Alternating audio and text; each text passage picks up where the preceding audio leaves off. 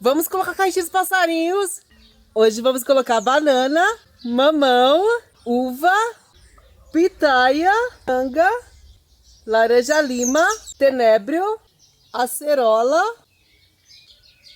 granulado de banana, extrusada nativos, alimento para insetívoros e frugívoros, mistura para canário, mistura oleosa para sabiá, mix para papagaio, água e um bebedouro para os colibris. Agora eu vou deixar a câmera aqui para a gente ver os passarinhos que vão aparecer nessa caixinha.